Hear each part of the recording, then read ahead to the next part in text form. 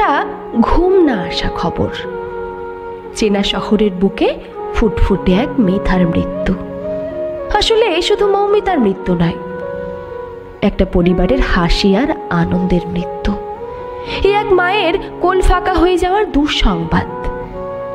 নিজেকে নিঃস্ব করে যে বাবা মেয়েকে বড় ডাক্তার করে তোলার স্বপ্ন দেখেছিল, সেই স্বপ্নের মৃত্যু।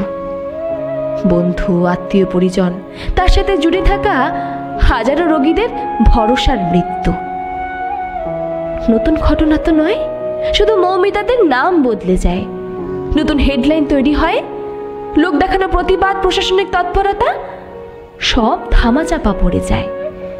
আর আমরা ফেসবুকের ক্যাপশনে দু এক কথা সমবেদনা জানিয়ে সব দায়িত্ব থেকে মুক্তি নিয়ে নেই। বছরের পর বছর ভালো রেজাল্ট করে মায়ের কোল ছেড়ে যে মেয়েটি ভালো ডাক্তার হয়ে যাওয়ার স্বপ্ন দেখেছিল, ধর্ষকের লালসা তাকে মৃত্যু উপহার দিল। এই জন্য এক নির্লজ্জ আর বেহায়া সমাজ। যে মেয়েটা মানুষের সুরক্ষার কাণ্ডারি হতে চেয়েছিল সুপরিচিত এক মেডিকেল কলেজে, তার সুরক্ষার এই অবস্থা। তাহলে স্কুল কলেজ যাওয়া মেয়েটি বর্তমান দিনে কতটা নিরাপদ রাস্তায়? কি শিখছে আগামী প্রজন্ম এবং তাদের অভিভাবক? তাদের স্বপ্ন দেখার সাহস কমবে না তো? সন্তানের কেরিয়ার আর স্বপ্ন পূরণ করতে গিয়ে তাদের হারিয়ে ফেলার ভয়ে দেশ থেকে আরো একটি ডাক্তার বা ইঞ্জিনিয়ার কমে যাবে না তো? চারিপাশে যখন এত নরপিশাচের ভিড়, তাহলে তো প্রাথমিক শিক্ষার পাশাপাশি মেয়েদের ক্যারাটে আর মার্শাল আর্টও শেখানো উচিত আত্মরক্ষার জন্য। মেয়েদের সুরক্ষা নিয়ে এত প্রশ্ন ওঠে, মানুষ খেললি করে। কেন ওদের জন্য লেডি স্পেশাল? কেন ওদের জন্য আলাদা সুযোগ? তাহলে এবার উত্তর দিতে হবে সেই সব নির্লজ্জ মানুষদের। কে দায় নেবে এই মৃত্যুর?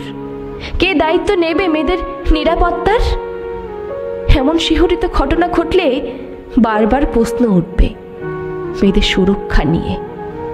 নারী মানে নিজের আদরের স্ত্রী নয়। নারী মানে মা, বোন, দিদি, মেয়ে। তারা সমাজের এক একটি সম্পদ। তাদের নিরাপত্তার দায়িত্ব কি সকলের নয়? কাকে ভরসা করব আমরা? রাস্তার মোড়ে যে ছেলেটি মোটিভেশনে কথা বলে, নৈতিকতা শেখায়, সেই ছেলেটি ফেসবুকে সুন্দরী মেয়েদের চ্যাটিংয়ে গিয়ে ইমপ্রেস করে। অন্ধকারের বয়স বাড়লে গুগলে গিয়ে সার্চ করে www.আসক্তিমোহ।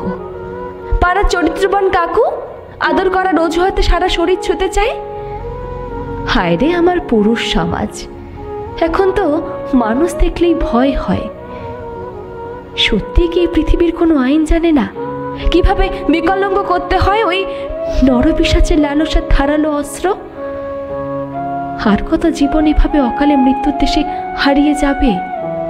জানি সব পুরুষ সমান হয় না, তবু লক্ষ লক্ষ মা বাবার হয়ে প্রশ্ন রইল, কবে নিভবে ধর্ষকের খিদে? ঘৃণার দংশনে পুড়ে ছাই হবে তাদের মোহ? ভিড় ট্রেনে বাসে বসে মেয়েটি সাহস করে দাঁড়াতে পারবে অচেনা পুরুষের পাশে?